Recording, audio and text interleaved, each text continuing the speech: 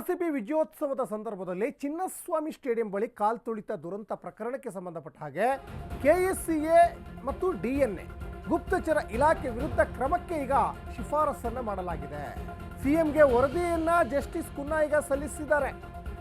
KSCA DNA ಈ ಎರಡು ಸಂಸ್ಥೆಯ ಜೊತೆಗೆ ಗುಪ್ತಚರ ಇಲಾಖೆ ವಿರುದ್ಧನೂ ಕೂಡ ಕ್ರಮಕ್ಕೆ ಈಗ ಶಿಫಾರಸನ್ನು ಕೂಡ ಮಾಡಿದ್ದಾರೆ. ಕಾಲ್ತುಳಿತ ದುರಂತ ಸಂಬಂಧ ಸಮಿತಿಯನ್ನು ಸರ್ಕಾರ ರಚಿಸಿತ್ತು. ಕುನ್ನಾ ನೇತೃತ್ವದಲ್ಲಿ ತನಿಖೆ ಕೂಡ ಆಯಿತು. ಸೂಕ್ತ ಭದ್ರತೆ ಕಲ್ಪಿಸದೆ ಇರೋದೇ ಅವಘಡಕ್ಕೆ ಕಾರಣ. ಕಡಿಮೆ ಅವಧಿಯಲ್ಲಿಯೇ ತರಾತುರಿ ನಿರ್ಧಾರವನ್ನು ಮಾಡಿದ್ದಾರೆ. ಚಿನ್ನಸ್ವಾಮಿ ಸ್ಟೇಡಿಯಂ ಬಳಿ ಕಾಲ್ತುಳಿತ ದುರಂತ ಪ್ರಕರಣ ಸಾಕಷ್ಟು ಸಂಚಲನ ಸೃಷ್ಟಿಯಾಯಿತು.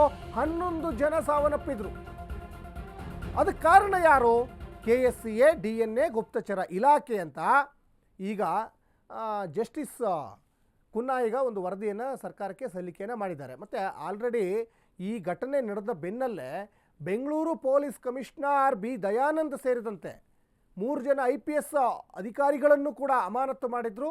ಅದ್ರ ಜೊತೆಗೆ ಈ RCB ಏನಿದೆಯಲ್ಲ ಮ್ಯಾನೇಜ್ಮೆಂಟ್ ಇದೆಯಲ್ಲ, RCB ಮ್ಯಾನೇಜ್ಮೆಂಟ್ನ ಇಬ್ಬರನ್ನು ಕೂಡ ಅರೆಸ್ಟ್ ಕೂಡ ಮಾಡಲಾಯಿತು. ಮತ್ತು ಸಾಕಷ್ಟು ಜನರನ್ನು ವಿಚಾರಣೆಗೂ ಕೂಡ ಒಳಪಡಿಸಲಾಯಿತು. 11 ಜನ ಸಾವನ್ನಪ್ಪಿರೋದ್ರ ಜೊತೆಗೇ 30ಕ್ಕಿಂತ ಹೆಚ್ಚು ಜನಗೆ ಗಂಭೀರವಾದಂತಹ ಒಂದು ಇಂಜುರಿ ಕೂಡ ಆಯಿತು. ಮತ್ತು ಬೆಂಗಳೂರು ಜಿಲ್ಲಾಧಿಕಾರಿ ಒಂದಿಷ್ಟು ಎನ್ಕ್ವೈರಿ ಕೂಡ ಮಾಡಿದ್ರು. ದುರಂತಕ್ಕೆ ಗುಪ್ತಚರ ಇಲಾಖೆಯ ವೈಫಲ್ಯವೂ ಕಾರಣ. ಸ್ಟೇಡಿಯಂನ ಲಭ್ಯ ಆಸನಗಳಿಗಿಂತ ಹೆಚ್ಚು ಟಿಕೆಟ್ ವಿತರಣೆಯಾಗಿದೆ.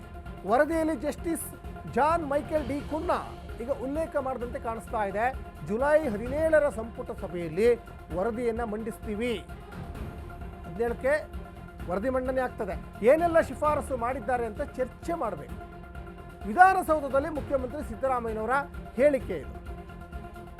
ದುರಂತಕ್ಕೆ ಗುಪ್ತಚರ ಇಲಾಖೆಯ ವೈಫಲ್ಯವೂ ಕಾರಣ. ಹಾಗಾದರೆ ವಿಧಾನಸೌಧದ ಮುಂಭಾಗದಲ್ಲಿ ಕಾರ್ಯಕ್ರಮವನ್ನು ಆಯೋಜನೆ ಮಾಡಲಿಕ್ಕೆ ಗುಪ್ತಚರ ಇಲಾಖೆ ಸರ್ಕಾರಕ್ಕೆ ಏನಾದರೂ ಸಲಹೆ ಕೊಟ್ಟಿತ್ತಾ? ಅದು ಸರ್ಕಾರದ ಆ ಒಂದು ಇಚ್ಛೆಗೆ ಬಿಟ್ಟಂಥ ವಿಚಾರ ಅಲ್ವಾ?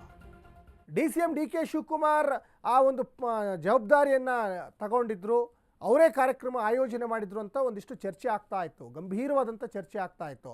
ಅಂದರೆ ಇಲ್ಲಿ DK ಶಿವಕುಮಾರ್ ಅಥವಾ ಸರ್ಕಾರದವರು ತೆಗೆದುಕೊಂಡಂತಹ ನಿರ್ಧಾರ, ಮತ್ತು ಇಲ್ಲಿ ಇವ್ರು ಯಾಕೆ ಸಲಹೆ ಕೊಡ್ತಾರೆ, ಇವ್ರು ಯಾಕೆ ಕಾರ್ಯಕ್ರಮ ಆಯೋಜನೆ ಮಾಡಲಿಕ್ಕೆ ಪ್ಲ್ಯಾನ್ ಮಾಡ್ತಾರೆ? ಹಾಗಾದರೆ ಎರಡೆರಡು ಕಡೆ ಕಾರ್ಯಕ್ರಮ ಮಾಡಿದ್ದೇ ಇದಕ್ಕೊಂದು ಕಾರಣ, ಈ ದುರಂತಕ್ಕೆ ಕಾರಣ ಅನ್ನುವಂತಹ ಒಂದಿಷ್ಟು ವಿಚಾರಗಳು ಸಾಕಷ್ಟು ಚರ್ಚೆ ಆಗ್ತಾ ಇತ್ತು.